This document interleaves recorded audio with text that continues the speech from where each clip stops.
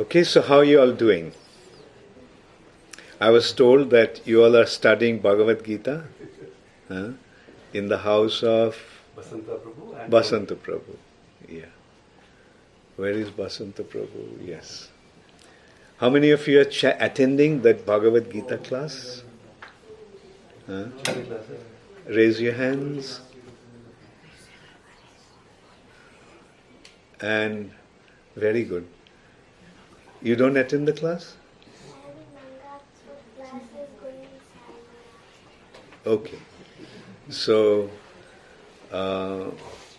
and how many of you are reading Bhagavad Gita?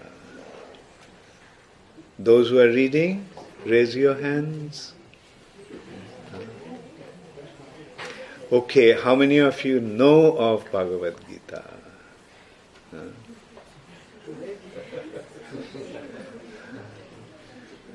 How many of you want to hear about Bhagavad Gita? Very good.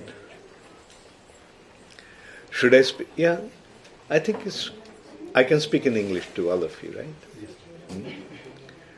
You all speak English? And what other languages do you speak? Tamanna, let me start from you. How many languages do you speak? English and Hindi. What about you?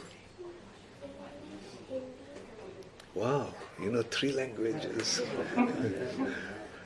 And what about you? English and Tamil, no Hindi. Okay. And you? Wonderful. You? English and Tamil. And you?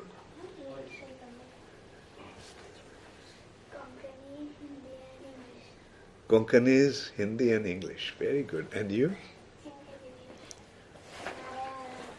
Malayalam? Malayalam and English. And you? Konkani, English and Hindi. Konkanese, English and Hindi. You? Konkani, English, Hindi. Okay, Konkanese, Hindi, English. And you? Hindi and English. You said it, did you say? Yeah, you did say, yeah? Okay, once you tell me, how many languages do you know? English and Tamil. English and Tamil. English and Malayalam. English and Hindi. English and Hindi. You all are so scholarly, huh? You know so many languages. And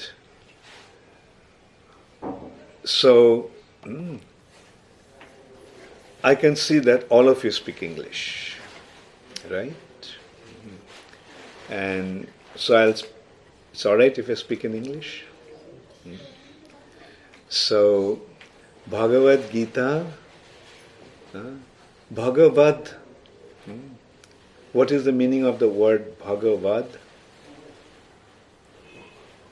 Bhagavad means, do you know the word Bhagavan? What is the meaning of the word Bhagavan? God, yeah. And Bhagavad means of God or by God. Okay, so how many of you understand the word Bhagavad mean? Huh? Very good. What about you? Bhagavad means?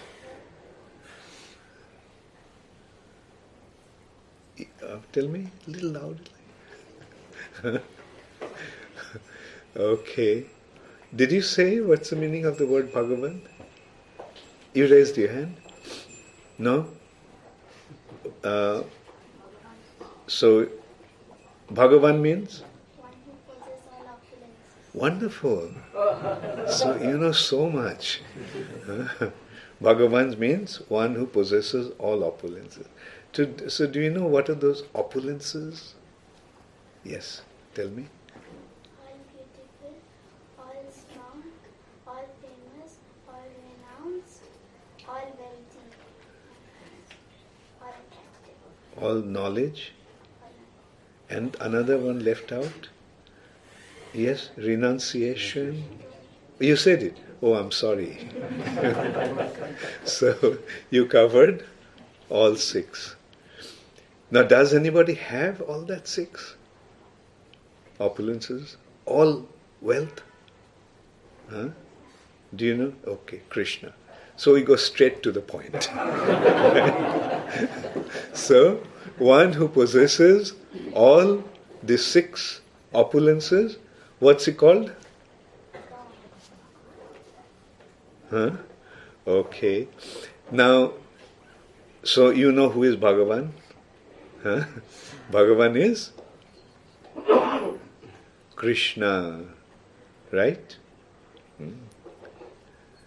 And Bhagavan means Krishna, Bhagavad means of Krishna, right? And by Krishna. So by Krishna means what?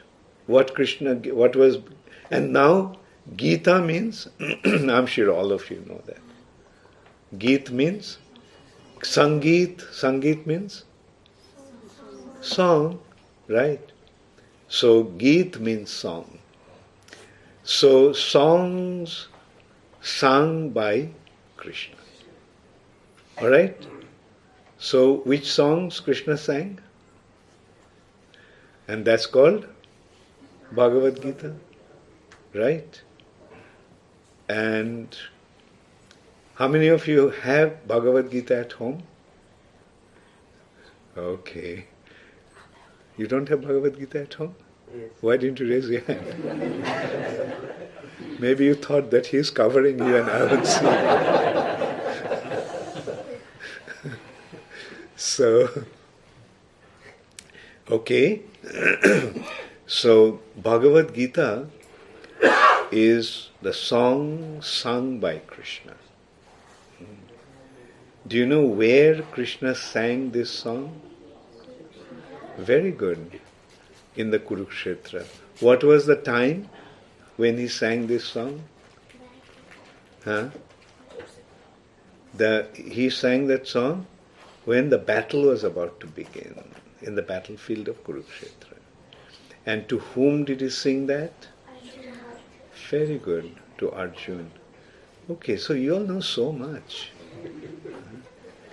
And now, what did he tell Arjun in Bhagavad Gita?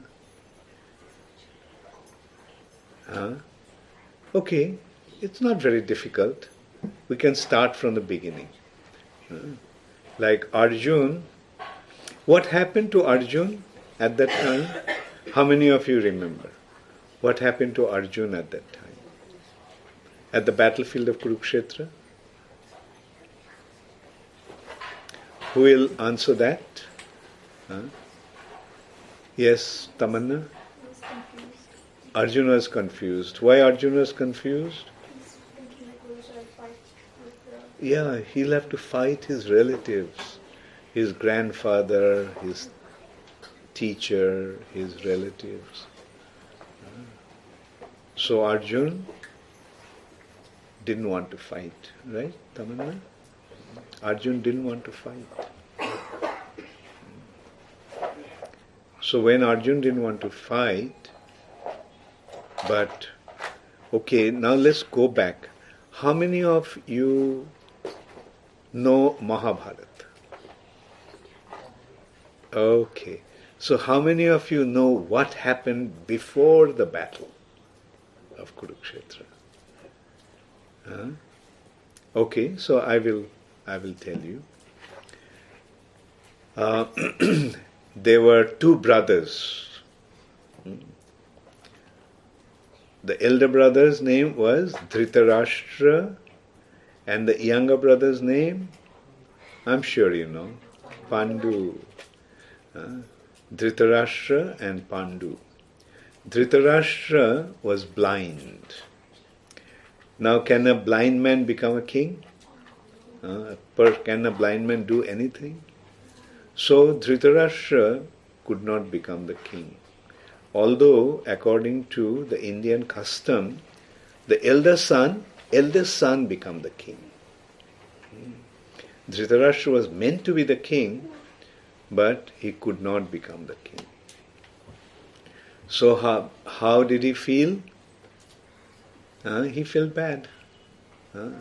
That he was supposed to be the king, but he couldn't become the king. So he thought that his son would become the king. But then again, of these two brothers, Pandu's son was born first, before. So who became the successor to the throne? Pandu's son. What was Pandu's son's name? Yudhishthira. And what was Dhritarashtra's son's name? Duryodhana. How many brothers Yudhishthira had? 5. How many brothers Duryodhana had?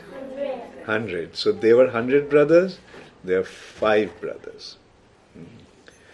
And so what, unfortunately, Dhritarashtra's, Pandu's, Duryodhana's father, Yudhishthira's father, Pandu, died. So when he died, then these 5 sons,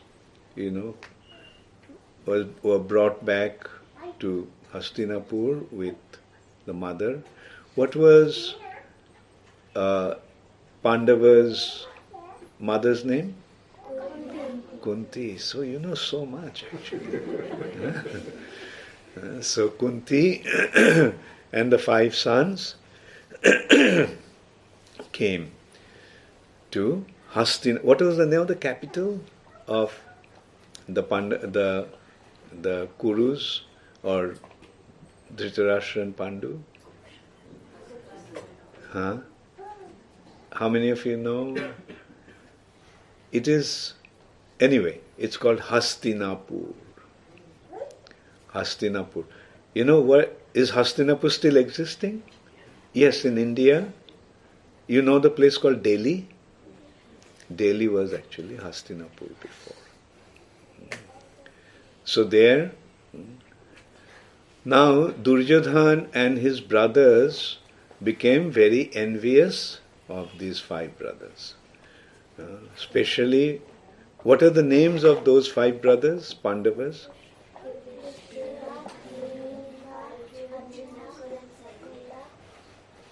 So they're very good. And of them, who was the most powerful?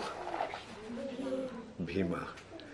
And Bhima, when children they fight, right? Sometimes they play, they fight, and in these games, Bhima was always defeating others. And sometimes, because he was so powerful, sometimes he used to also trouble them. Like for example, they would climb up a tree, and Bhima would shake the tree so heavily that they will fall off from the tree.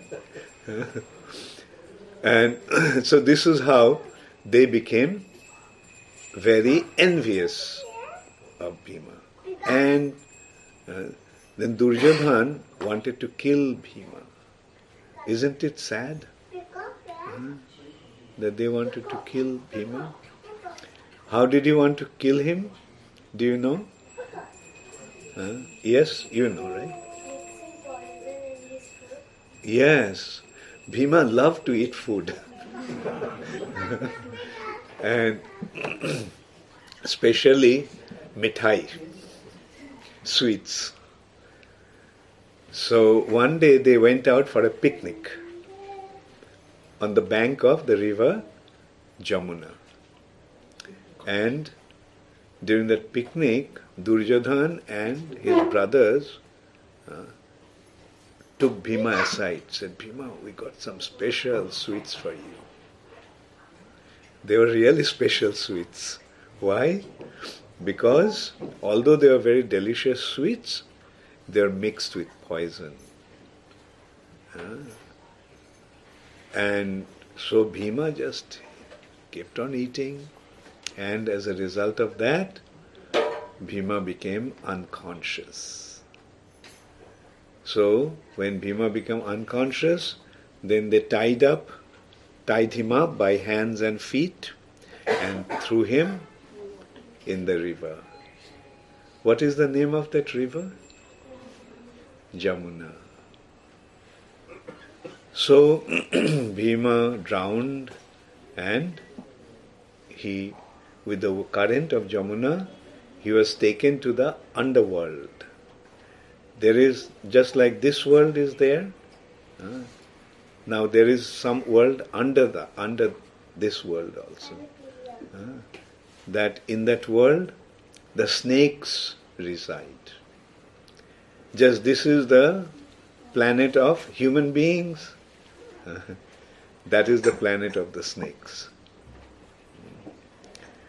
So snakes were playing, young snakes, baby snakes were playing, and Bhima's body fell on the snakes, and they got crushed, and they started to bite Bhima. Now you know one thing, poison, the antidote for poison is poison. When somebody gets bitten by a snake, you know what is given to them to counteract that? The snake poison. So Bhima was given poison which is called kalkut, which is actually snake poison, cobras, deadly poison. And when the snakes are biting Bhima, his poisonous effect was countered. And Bhima came back to his senses. And he didn't like at all that the snakes were biting him. So what he did was so powerful that he snapped the rope that was tied and that was tying him up, and then he started to beat up the snakes. And the news reached that one human boy has come and he is killing all the snakes. So the king of snakes, his name is Vasuki. So king of snakes came with his ministers, and they recognized Bhima as Vasuki's great son, because the Vasuki had some link with that family. So they took Bhima to the palace. The snakes also have palace. And so there they treated Bhima. And there also they have nectar. And they gave Bhima to drink nectar. And Bhima was so fond of eating and drinking that he finished off 7 pots of nectar. And as a result of that, he became very, very powerful. He now has the strength of 10,000 elephants. And he was brought back. So everyone was, especially Kunti, the mother, and his brothers, were very, very happy to see that Bhima is back, because they thought Bhima was dead. He didn't come back for 7 days. So when he finally arrived, they felt very happy. So this is how Duryodhana became envious of the Pandavas and started to treat them like enemies. And in this way, many times they tried to kill them. Another time they tried to kill them was How many of you remember one of the times when they tried to kill the Pandavas with Kunti? I think you know that, right? I'm sure Tamanna knows. Okay, you see, now they have grown up. They are young men. But everybody was so fond of the Pandavas because their nature is so good. Don't people like good people? Good boys? Just like you all, good boys and good girls. Doesn't everyone like you? Right? It's natural. Good people are liked and bad people are disliked. So, Duryodhana's brothers were bad, so nobody liked them. And the Pandavas were so good, everybody liked them. So they all became, Duryodhana's brothers became very, very envious. So then now they decided to kill them. You know what arrangements they made? They made a very beautiful palace in a very beautiful area called Varanavat. And that palace was actually made of resin. You know fiberglass? You see how things are made of fiberglass? So they made a palace out of fiberglass. Like resin and such material. You know what what happens with resin? It burns very quickly. So in one hand, it looked like a beautiful palace, but the material they used were resin, which is inflammable. Do you know the meaning of the word inflammable? What is the meaning of the word inflammable? Okay, let's put it this way. Flame means what? Flame means fire. The flame of fire, that fire comes out in the form of flame. And inflammable means that is very quickly burned, that burns very quickly. Inflammable. That is burnable, flammable. So they but they thought that they made such beautiful arrangement for them to have a vacation. But actually it was a plot to kill them. Now their uncle was Vidura. Vidura told Yudhishthir that this has been arranged. So, and he warned them that it is a ploy to kill all of you. Be careful. And so then Vidura sent one expert who could dig tunnel. So he was sent. So what they did at night, with the help of this tunnel digger, they would dig a tunnel out of the palace. And it went all the way to the forest. And so when the tunnel was complete, they set the fire in the house and ran away. So this is how they escaped. And everyone thought that they died in the fire. But the Pandavas actually escaped. But they were hiding, and lots of wonderful things happened during that time. So how many of you know what happened after that? Huh? Did you read Mahabharata? Okay. So do you want to hear more? Huh? I hope you are not getting bored. Right? Okay. So, when they escaped, and they went to the forest, and they were sleeping at night, and Bhima was there, guarding, so that they could rest and nobody would come or disturb them. But in the meantime, in the forest, there was a demon.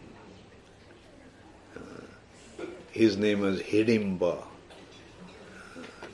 and his sister's name was Hidimba.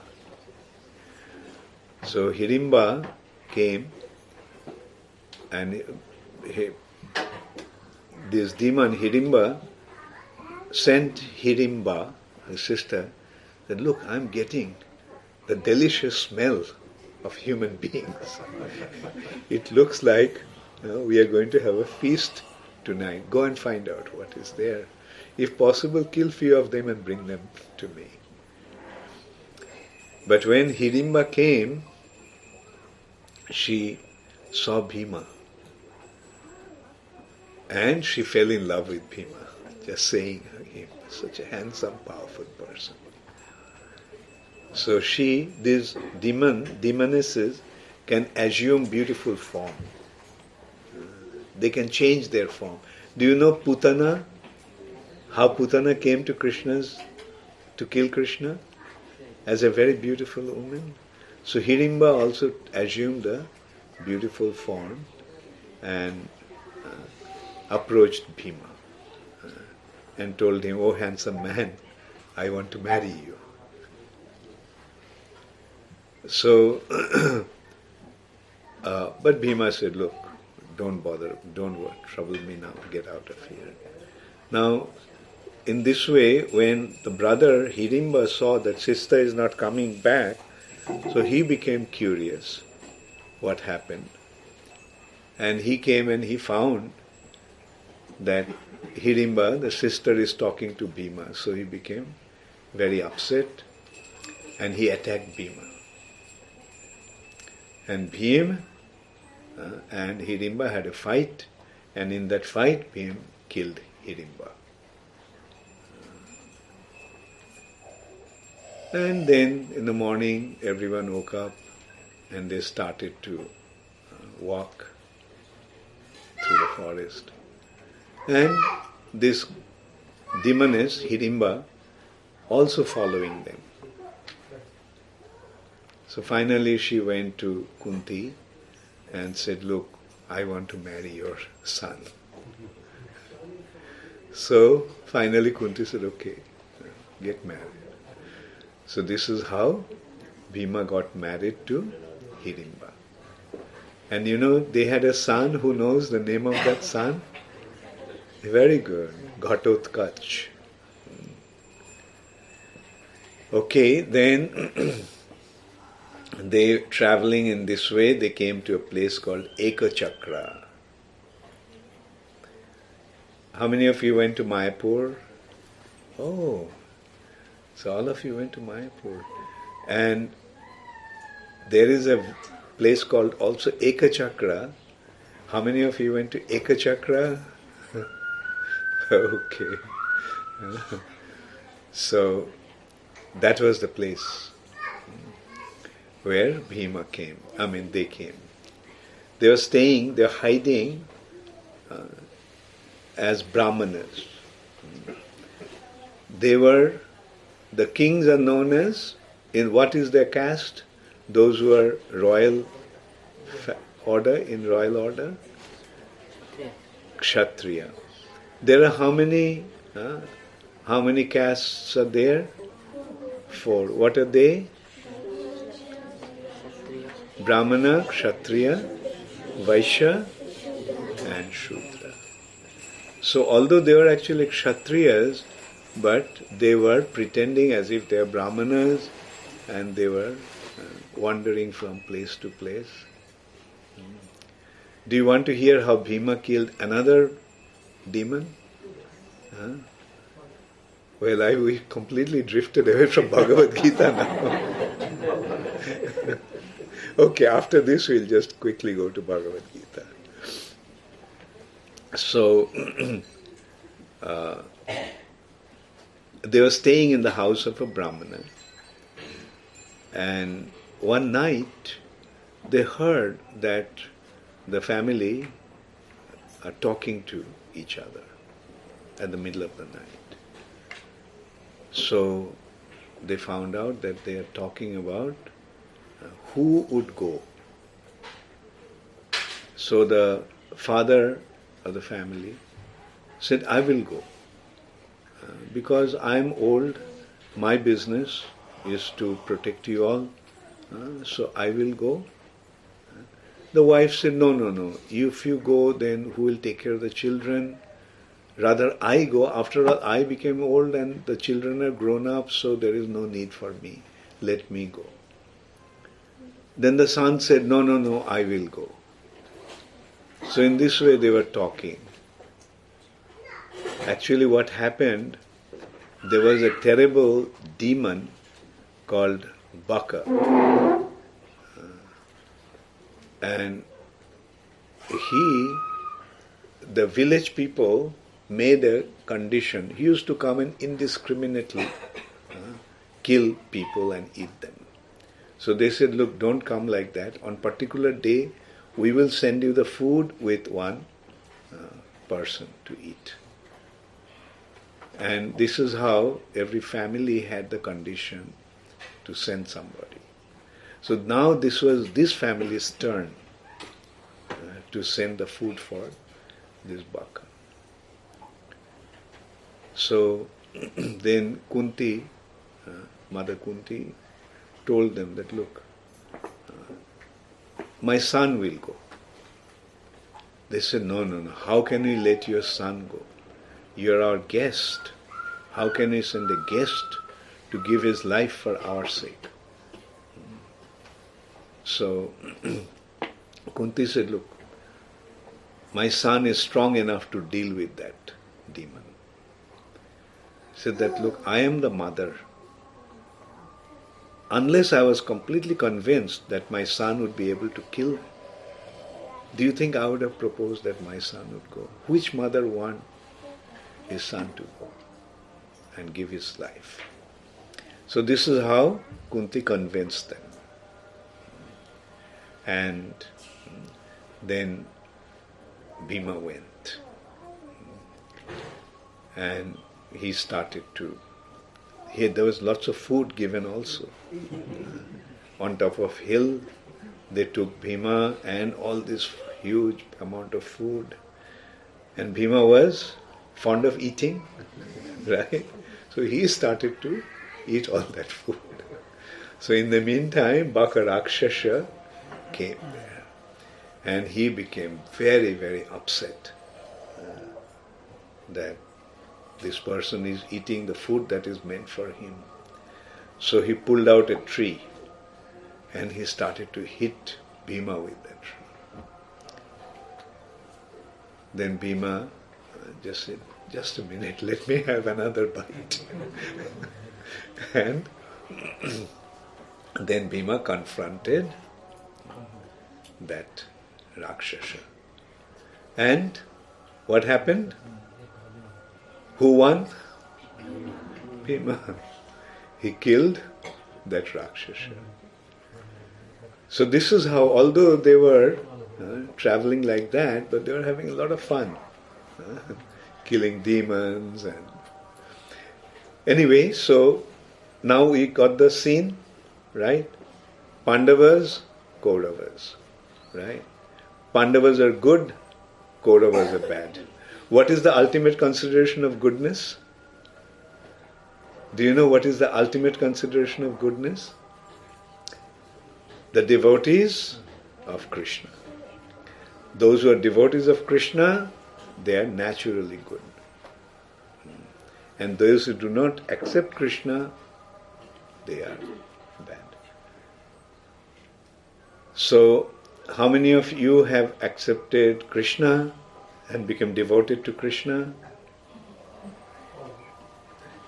I knew all of you are very good. So, okay. So what happened at the end? Kauravas tried to take the kingdom away from the Pandavas.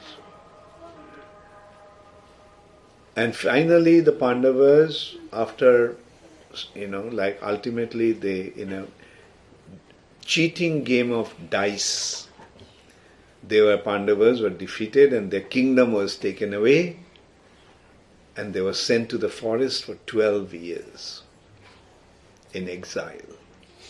That was a condition. For 12 years they have to hide in the forest, stay in the forest, not come out in any village, any town.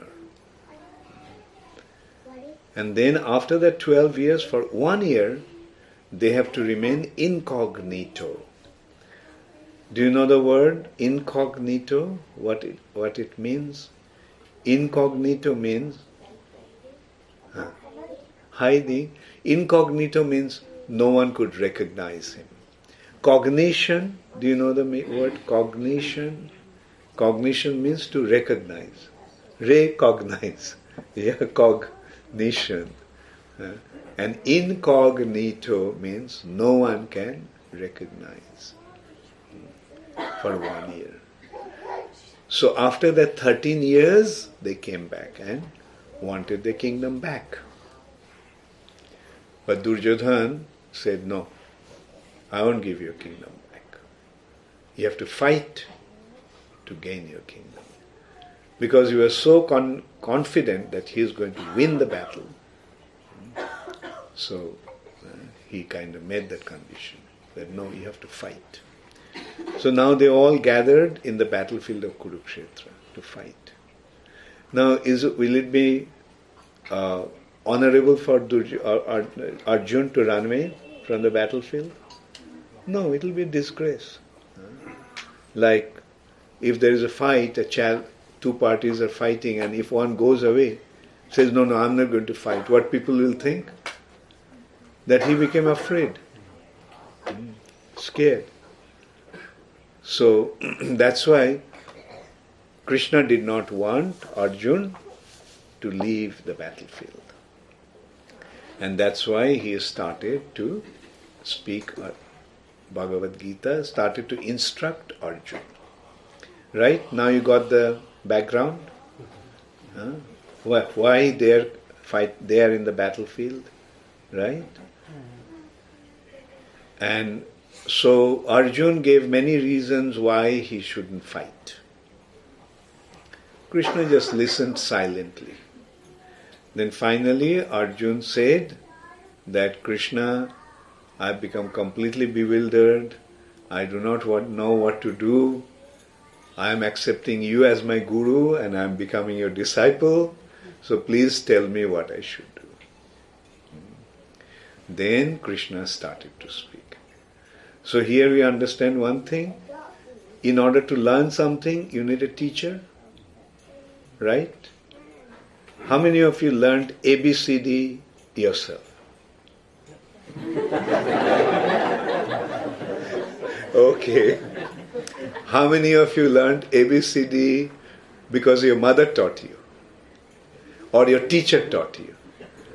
Oh, okay. So see, even to learn ABCD, you needed a teacher. So to learn anything, don't you need a teacher? So that is the point.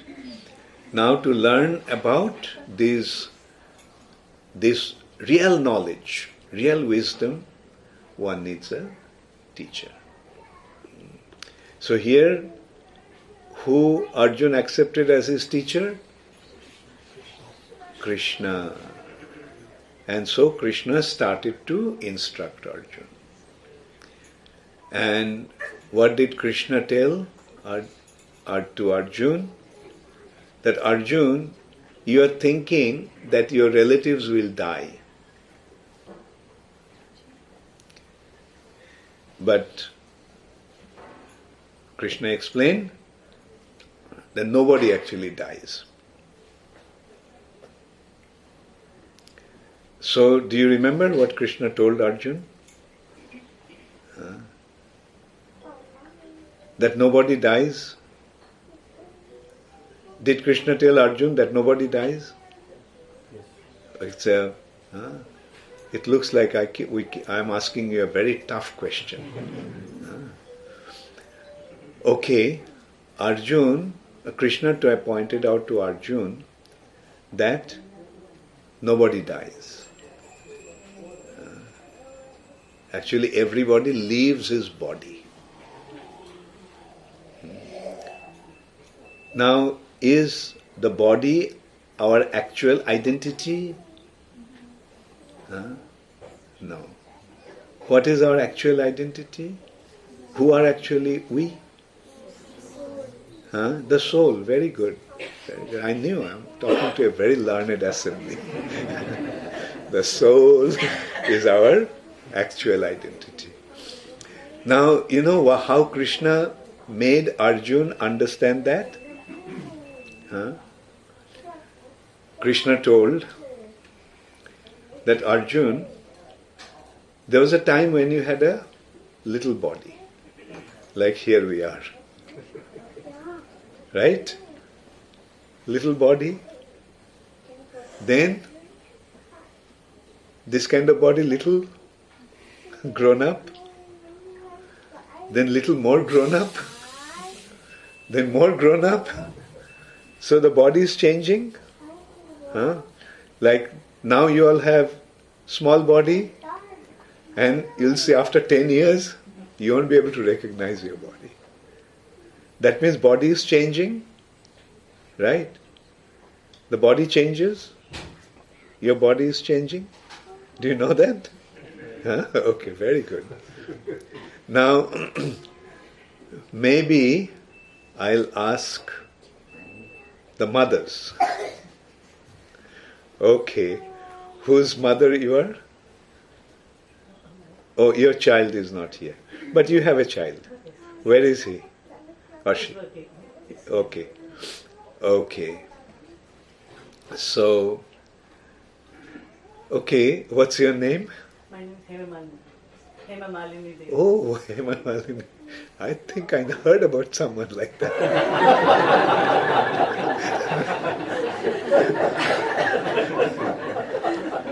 She's a very good devotee, actually, just like you. So,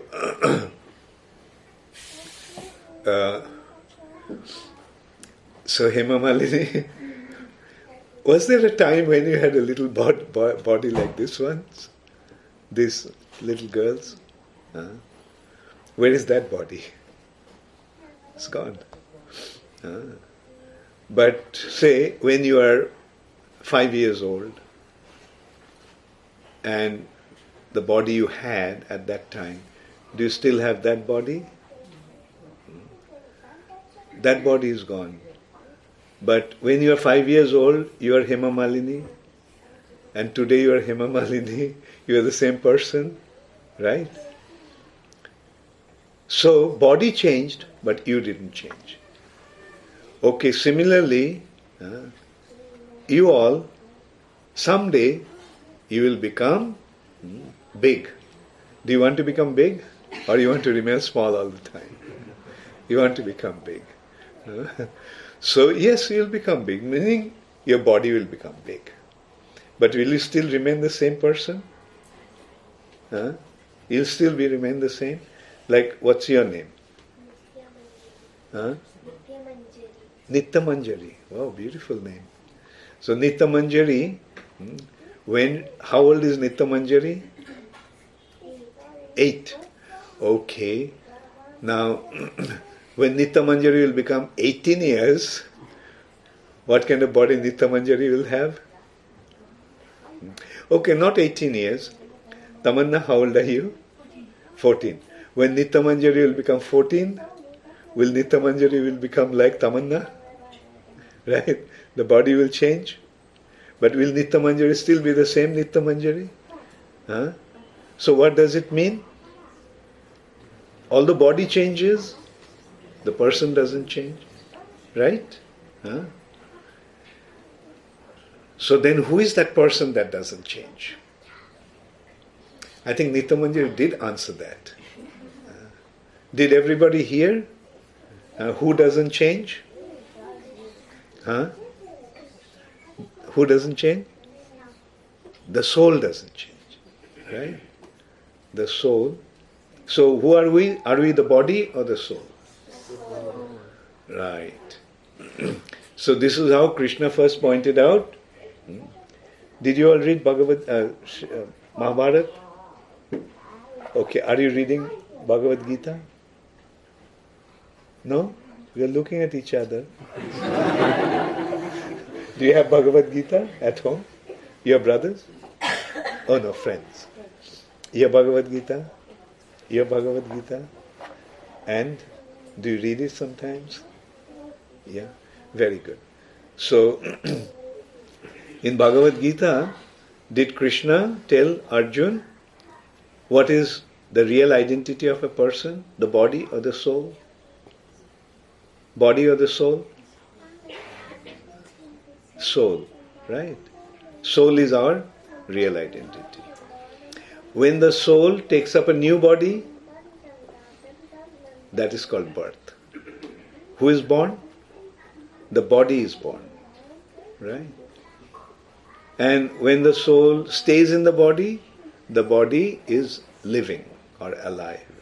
When the soul leaves the body, then what you say? Dead. So now if you are the soul, will you ever die? Who will die? The body will die. See, did you get it clear? That we are the body or the soul? Soul. Does the soul die? Soul never dies. Are you the body? No. Right? So the body dies. You are not the body. Will you die? You are soul. Soul never dies. Will you ever die? Right.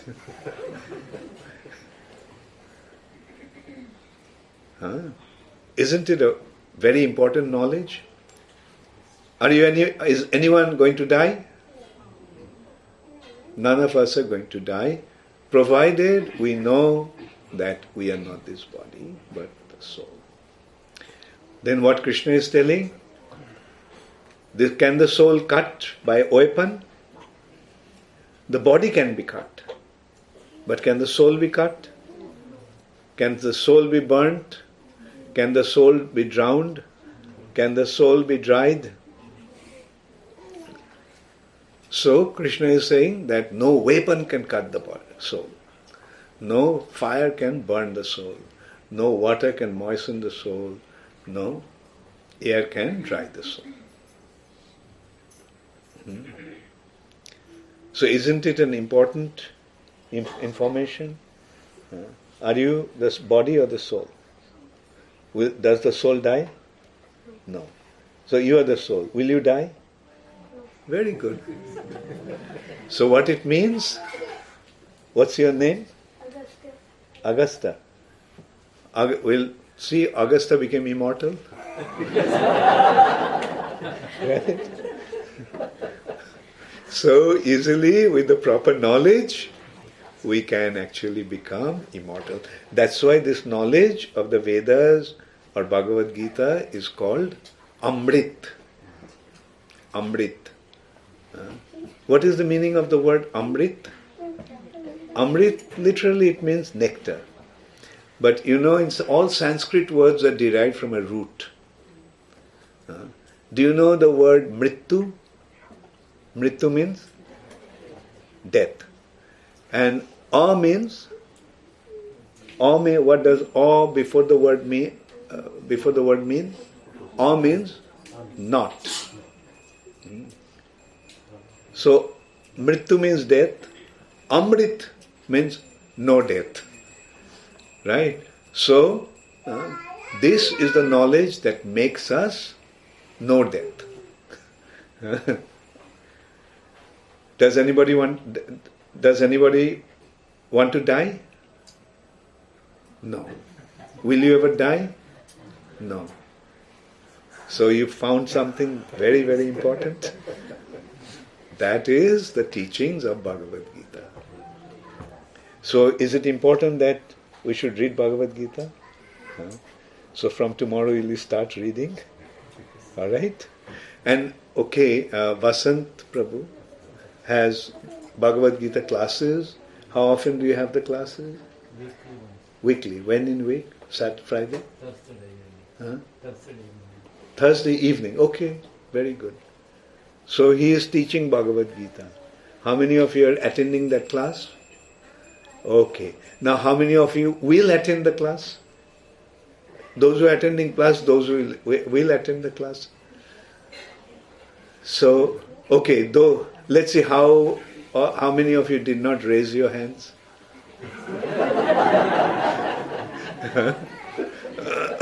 Did you raise your hand? Okay, will you raise your hand?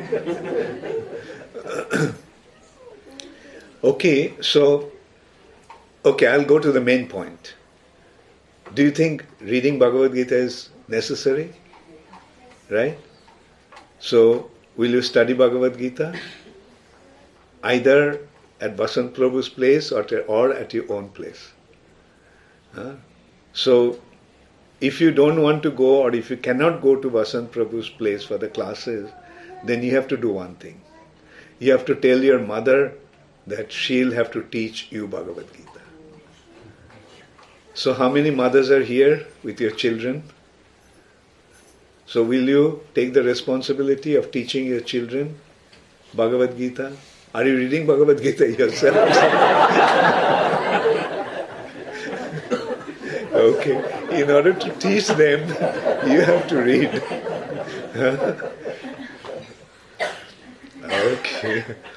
Thank you very much. Hare Krishna. All glories to Srila Prabhupada. Now, does anybody have any question? I can see the children don't have any question. You know what it means? It means that they understood everything. So the children understood everything. What about the grown-ups? Do the grown-ups have some questions?